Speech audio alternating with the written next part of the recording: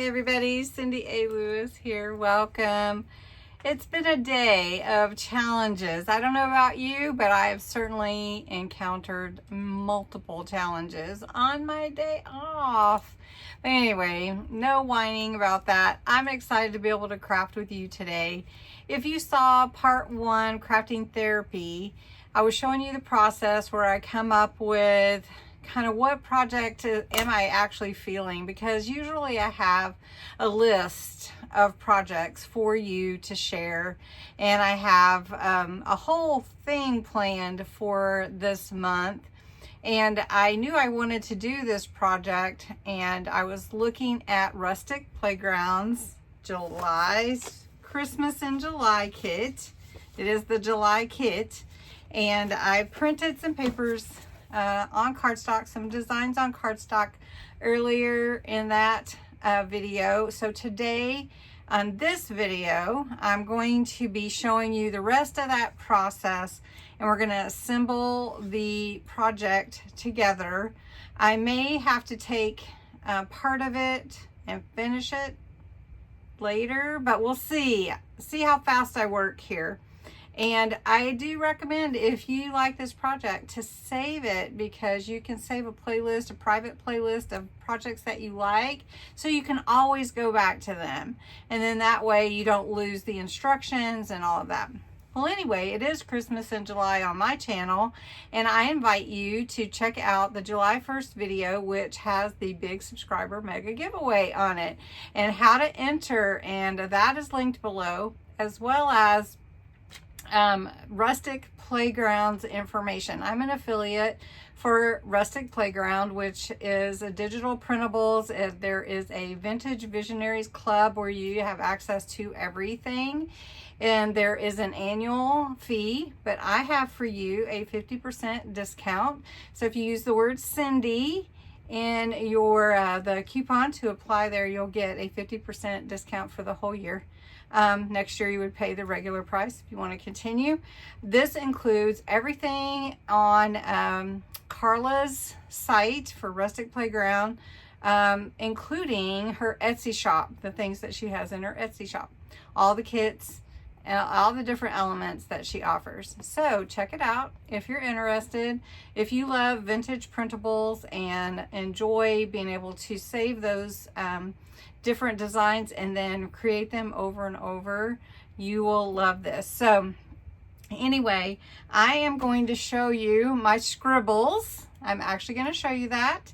I am going to show you how I chose my paper, which was a laborious process, I have to say, because I'm creating a box. So in this video, we're going to create a Christmas box, and inside it, we're going to put some little cards, a couple of pens, a bookmark, a notepad, some tags, and this is something that you can give someone else so that they can prepare their Christmas. Especially, I think of maybe even older folks that may not have access to everything anymore.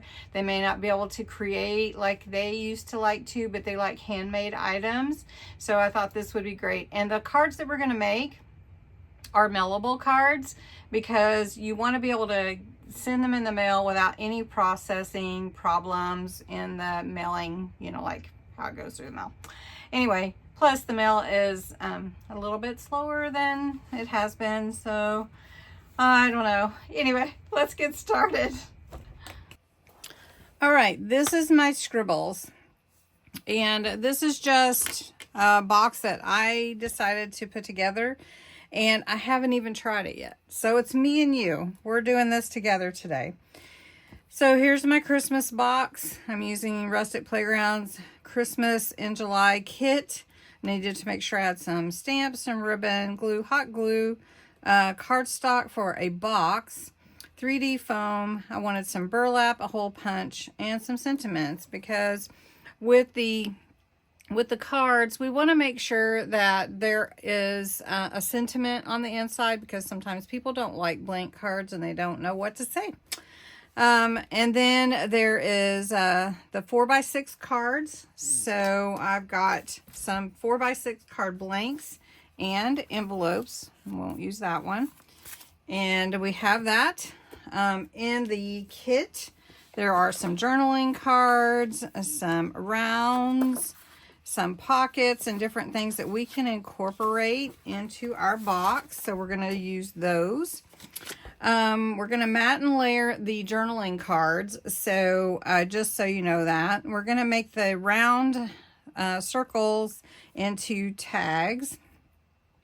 The notepad, I've got the size I want here with a band. The pens that I'm going to put into the kit are a red and a black gel pen. Then also we're going to make a bookmark, and we're going to make some dividers and see how that goes. We can always take it out if we don't like it.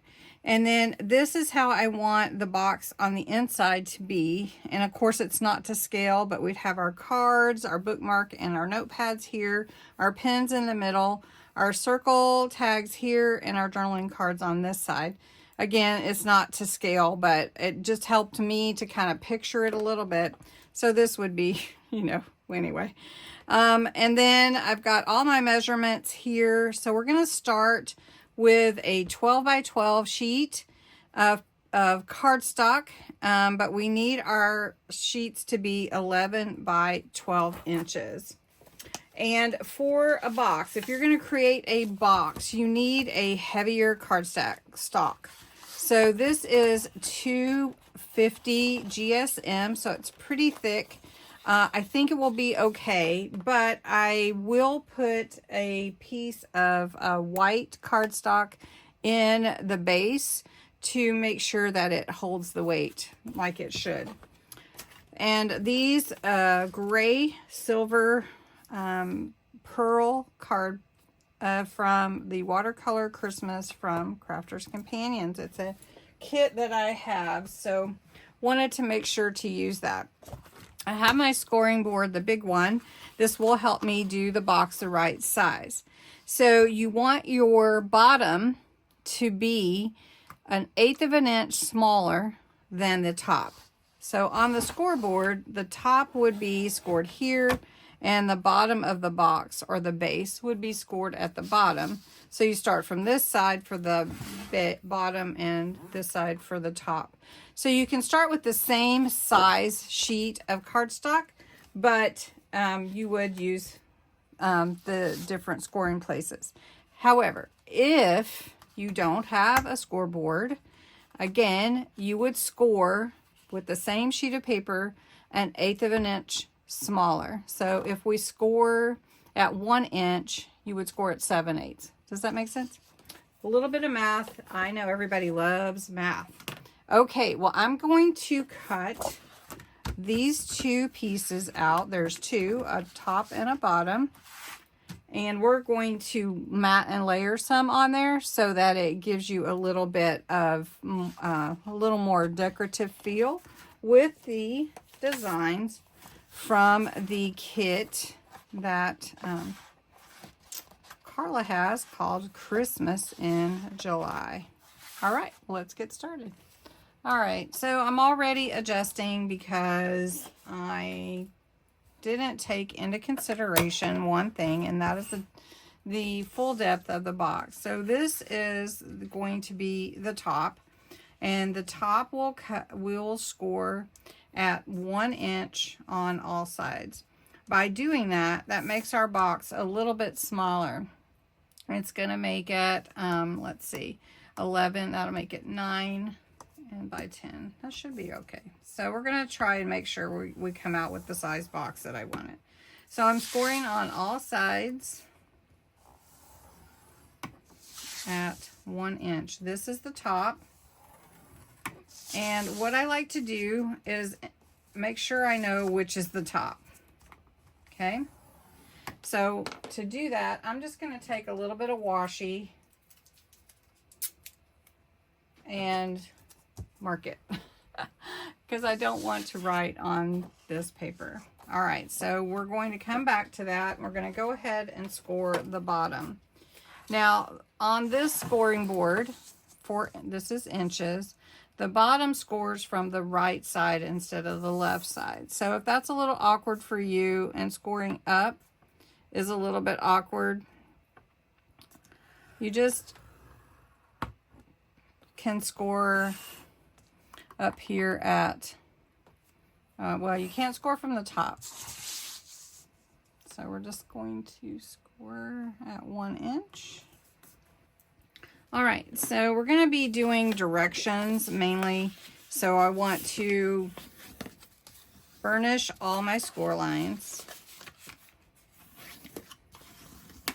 And you can do that on the top and the bottom. Now, for sake of time, I am going to be using hot glue to put my box together, okay? So I'm going to do that on the bottom also. Now, I would like to let you know, if you have a box that you would discard, that would be like maybe an Amazon box or some box that you received a shipment, that would be the size you want, you could definitely do that as well. All right, so we're going to cut each corner, and we're going to cut a little tab, and we're going to do that on all 4 corners. So this is what you're going to do on both sides. Okay, so I'm going to take my glue gun. Now you could use regular glue, regular adhesive if you want, and just use maybe a paper clip or something to hold it together, and just make sure to line up your corners like that to make your box. Now, like I said, I am going to put just a sheet in here to make sure that my box has some stability, because I'm making it out of a cardstock and it's not cardboard. So, and if you've made boxes before, why don't you put down in the chat, I've made boxes before. All right. Okay, so this is the bottom of my box.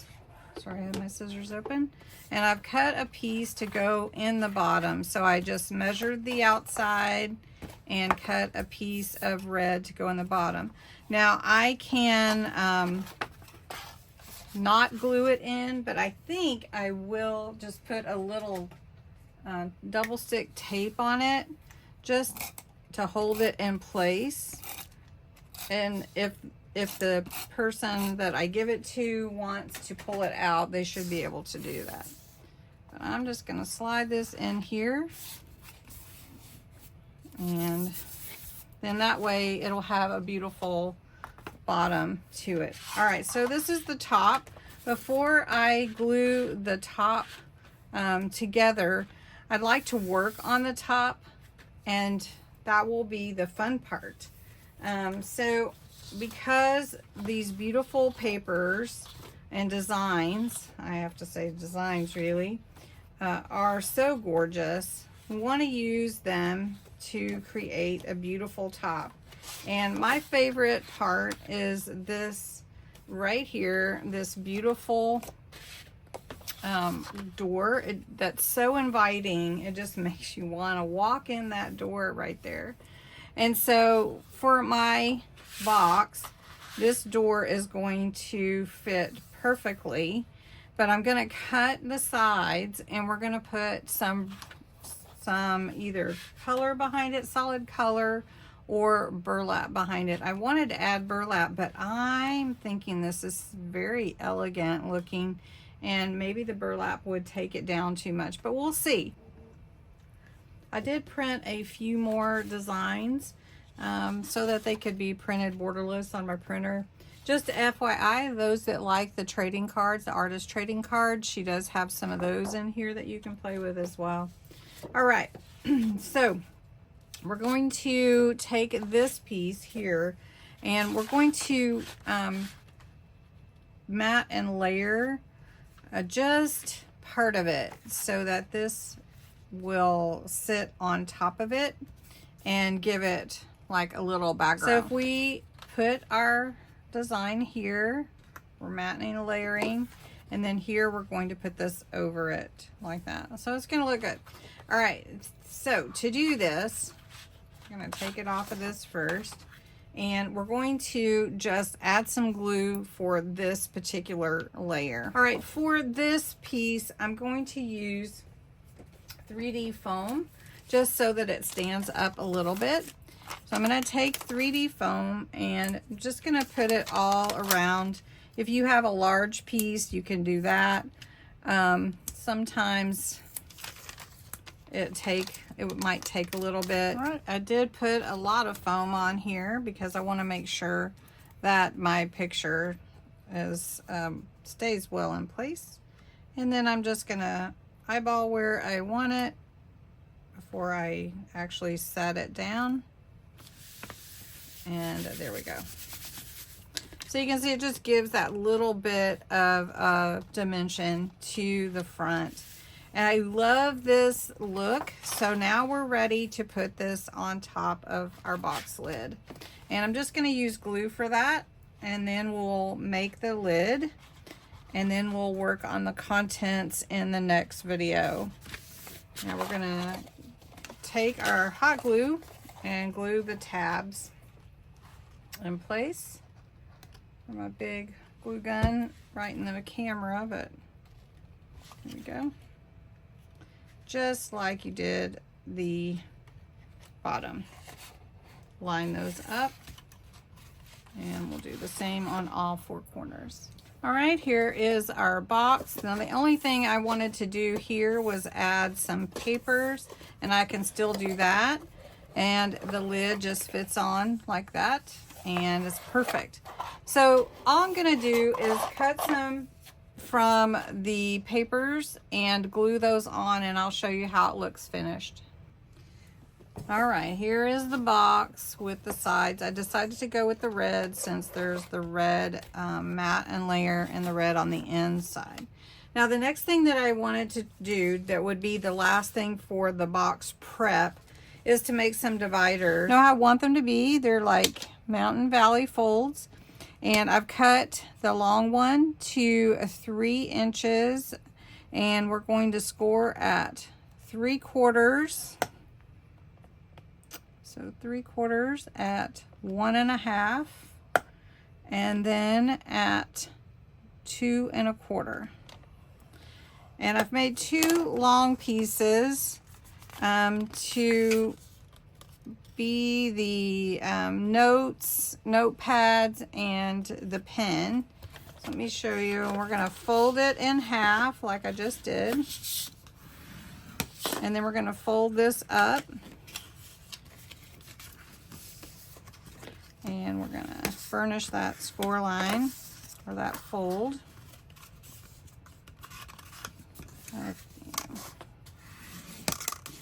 All right, now we actually want this to lay flat like this, and we'll put our divider in there. Perfect. All right, so we're gonna do the same thing. We're gonna make some small ones for the cards and then for the pins, and I'll show you how that will turn out. Okay, I don't want to make them too tight as far as secure, I guess. I want them to be able to come out of there. So the cards will fit here. The pens will fit here. So they could go this way. This is what I picture in my mind anyway. The tags could go here, and this would fit here on this side, but it's a little bit too big. So I'm gonna trim that down to make sure it fits. And then that's cool. So I like the way that it's gonna look whenever you open your box.